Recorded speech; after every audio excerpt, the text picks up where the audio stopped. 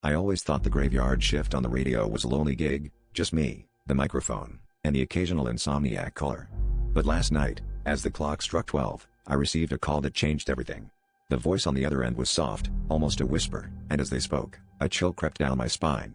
They began to describe my actions in real time, predicting each move I made before I even realized I was making it.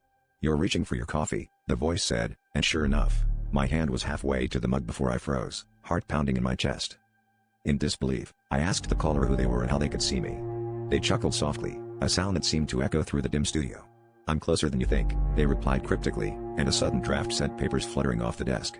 The studio lights flickered, casting eerie shadows that danced across the walls. My fingers hovered over the phone's disconnect button, but curiosity compelled me to stay on the line. "I know you better than you know yourself," the voice continued, detailing memories from my past that I had never shared on air.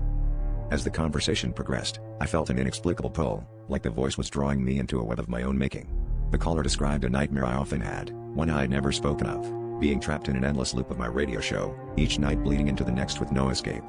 Panic set in as I glanced at the clock, realizing that each tick seemed slower than the last.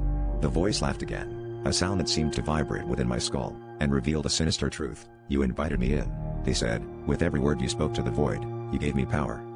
I tried to end the call, to sever whatever connection had been forged, but the phone was dead in my hand. The studio door creaked open with a slow, deliberate motion, and the darkness beyond beckoned. "Now, it's your turn to listen," the voice whispered, before the line went silent.